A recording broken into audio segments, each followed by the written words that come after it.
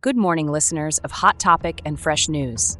Today is March 6th, 2024, and we have some significant updates on the 2024 presidential campaign. Super Tuesday was a game changer. Both President Joe Biden and former President Donald Trump had big wins, strengthening their positions as frontrunners for the Democratic and Republican parties, respectively. Trump dominated the Republican field, winning in 14 out of the 15 states that voted. Only Vermont went to Nikki Haley. While Trump didn't clinch the nomination, he's certainly a step closer. On the flip side, Biden faced some challenges, but did not falter, winning with around 80% of the vote, an impressive margin compared to Trump. Notably, he did lose to Jason Palmer in American Samoa's Democratic caucuses. Haley's campaign was unusually silent, with Trump winning state after state. The possibility of an upset seems to be fading. Meanwhile, all eyes are on North Carolina, a potential flip state for Biden, and home to a high-stakes governor's race dominated by debates on abortion rights. In terms of delegates, Biden currently holds an estimated 1,501, Trump sits at 961, and Haley lags with 86. It takes 1,215 to win the Republican nomination and 1,968 for the Democratic nod. Exit polls revealed the extent of Trump's influence on the Republican Party, with a majority of GOP primary voters considering him fit for presidency even if convicted of a crime. The legitimacy of Biden's 2020 victory, however, was disputed by the majority of these voters. Looking ahead, March 12th will see another round of multi-state primaries, and Trump's camp is hopeful of securing enough delegates to become the presumptive Republican nominee. The stage is set for a heated Biden-Trump matchup in the general election. Trump's Super Tuesday victories have further intensified this rivalry, with Biden framing the election as a choice between moving forward or regressing to the chaos of Trump's term. Lastly, Trump is projected to win the Alaska GOP primary, inching him further ahead in the Republican race. Also, notable wins were secured by several House incumbents and open seat races. More details to come later. In summary, Super Tuesday has indeed been a pivotal turn in the 2024 presidential campaign. Hello again, loyal listeners of the Hot Topic and Fresh News. I'm your host, Emily Norma, bringing you the day's top headlines and insights hot off the press. We're here to cut through the noise and bring you the news that matters. I'm joined by my esteemed colleague, David, a seasoned political analyst and a man with his finger on the pulse of the nation. David, always a pleasure to have you with us. Together, we'll delve into today's news, keeping you informed on the go. This is the daily podcast you can't afford to miss, and if you're enjoying it as much as we love bringing it to you, be sure to subscribe to our channel, enable those notifications, and leave us a comment. Remember, your feedback keeps us going and helps us provide you with the news you need. There's so much happening around us, and today's headlines are no different. Trust me, you won't believe what I'm about to disclose. Stay tuned. And remember, this isn't just about headlines. It's about understanding why these headlines matter to you. So let's get started. Hot off the press.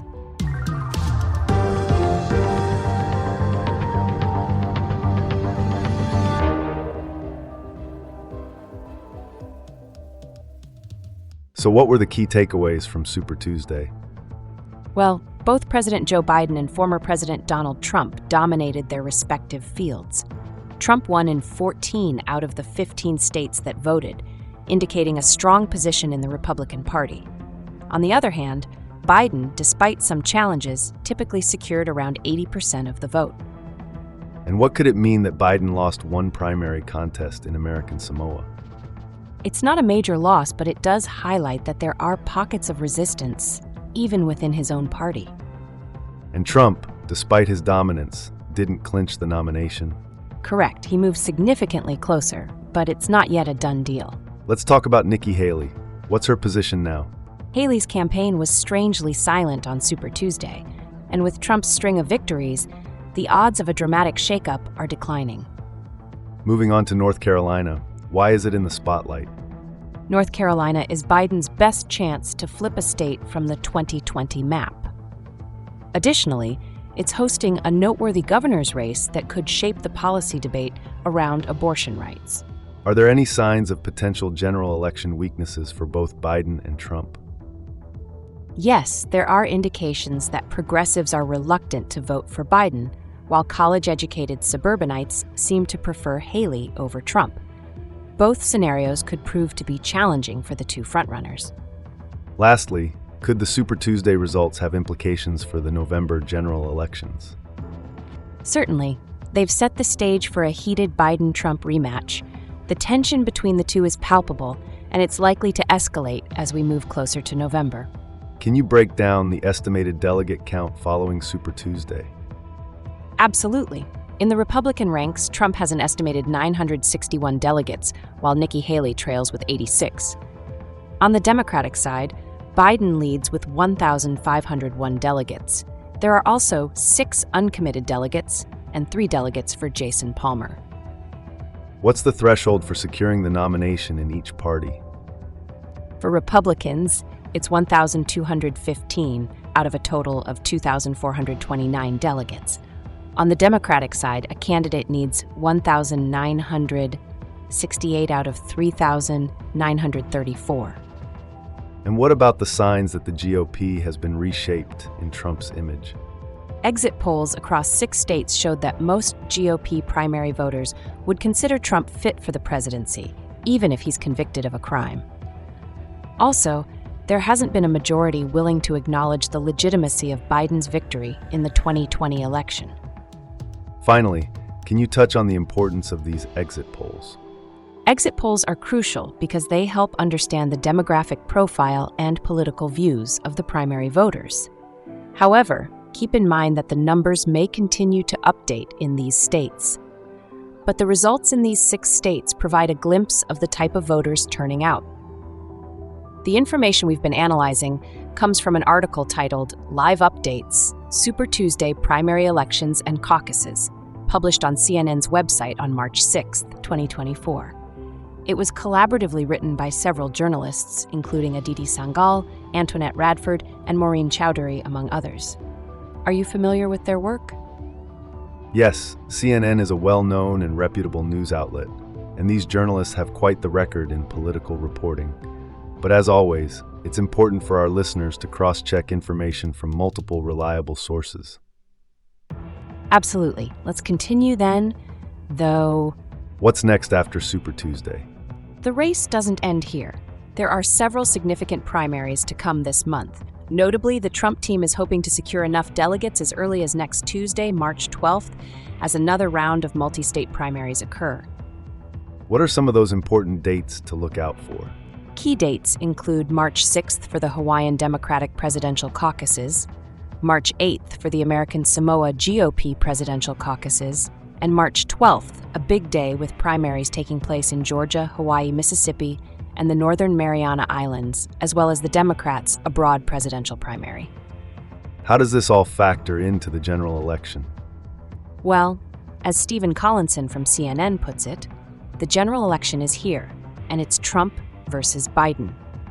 Only 3 years after Trump left the White House, he's already made quite the comeback in the Republican primary, winning in 13 states on Super Tuesday. This has set the stage for a likely bitter clash in November, further deepening national political divides. How did Biden react to Trump's Super Tuesday victories? Biden immediately cranked up his general election attack on Trump, presenting the American people with a clear choice: to keep moving forward or allow Trump to drag us backwards into the chaos, division, and darkness that defined his term in office. What's the update from Alaska's GOP primary? Trump won the Alaska Republican primary, defeating former South Carolina Governor Nikki Haley. This primary was significant, with 29 delegates at stake. Trump's victory is another step toward cementing his 2024 GOP presidential nomination. How did Alaska vote in the past? Alaska has consistently leaned Republican since its admission to the Union in 1959, with Democrats only winning there once, with Lyndon B. Johnson in 1964. However, the state has shown an independent streak, electing Democratic Representative Mary Peltola to the House in a 2022 special election and re-electing her later that year. What surprising turn of events happened in the American Samoa Democratic caucuses? Interestingly, long-shot presidential candidate Jason Palmer scored a victory over President Joe Biden in the American Samoa Democratic caucuses. Palmer credited his local staff and virtual campaign events for this unexpected win. What's Palmer's viewpoint on the upcoming election? Palmer emphasized the importance of defeating Trump and expressed concern about the potential of sleepwalking into a Trump election.